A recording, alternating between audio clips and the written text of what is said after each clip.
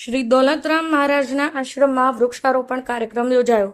નોરતાધામ સંત શ્રી દોલતરામ આશ્રમ 500થી વધુ વૃક્ષો વાવવામાં આવ્યા। ભારત સરકાર અને રાજ્ય સરકારના એક વૃક્ષ માં કે નામ અભિયાનના અભિગમને સાર્થક કરતા સંત શ્રી દોલતરામ મહારાજ પાટણ તાલુકાના નોરતા ગામ ખાતે આવેલ શ્રી દોલતરામ મહારાજના આશ્રમ આજ રોજ ભારત સરકાર અને રાજ્ય સરકાર દ્વારા એક વૃક્ષ માં કે નામ અભિયાનને વેગવંતુ બનાવતા વૃક્ષ રતન સુખી વતન શ્રી રામ વન વડીલોનું વૃંદાવન નોરતા ગામ ખાતે વૃક્ષારોપણનો કાર્યક્રમ યોજાયો હતો। જ્યારે આ પ્રસંગે પાટણ તાલુકાના નોરતા ગામના સંત શ્રી દોલતરામ મહારાજના આશ્રમ ખાતે વૃક્ષારોપણ કાર્યક્રમમાં પર્યાવરણ પ્રેમી એવોર્ડ સન્માનિત નિલેશભાઈ રાજગોર ખાસ ઉપસ્થિત રહી પર્યાવરણ જતન કરવા શપથ લેવડાવવામાં આવ્યા।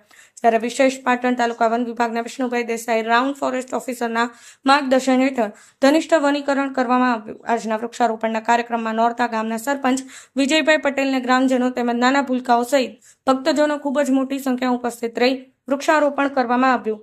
પર્યાવરણ બચાવવા માટેના શપથ લેવડાવવામાં આવ્યા। સંત શ્રી દોલતરામ બાપુ આશ્રમ પરિવાર નોરતાધામ પાટણ દ્વારા આગામી 49મો ગુરુ પૂર્ણિમા મહોત્સવ ઉજવવામાં આવશે, જેમાં સવારે 10 કલાકેથી રાત્રે 12 કલાક સુધી વિવિધ આધ્યાત્મિક ભજન સત્સંગનો ભવ્ય પ્રોગ્રામ રાખેલ છે।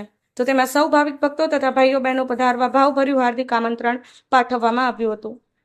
Rajeshbhai D Patel, Patan news 24, Patan. આજના મંગલ અવસરે અને ગુરુ પૂર્ણિમાના પવિત્ર અવસરે સૌના કલ્યાણ માટે અને સરકારશ્રીના પણ મોકા એક વૃક્ષ વાવો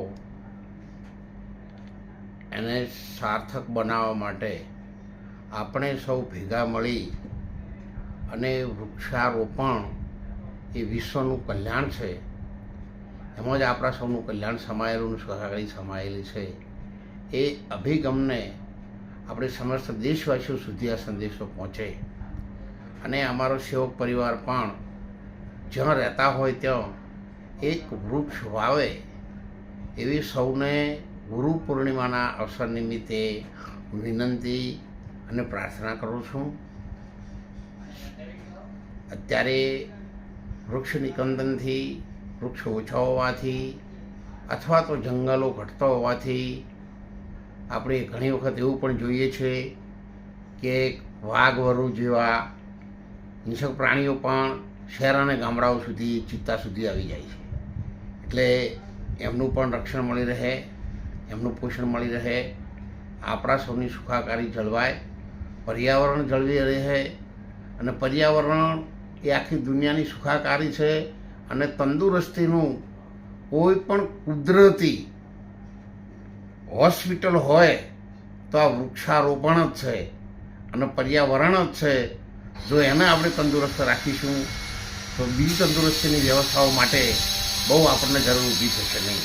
એટલે સૌ દેશવાસીઓને, ગુરુ ભક્તિમાં માનવાવાળા સૌ ગુરુજનોને, સંતોને, મહંતોને, ભાઈઓને, બહેનોને, દીકરીઓને દોલતરામ મહારાજના બે હાથોની વિનંતી છે કે પર્યાવરણમાં આપણે એક વૃક્ષ વાવીએ, જતન કરીએ અને એ જ આપણું મોખું રતન છે એને જાળવીએ એવી પ્રાર્થના સાથે ભારત માતા કી જય।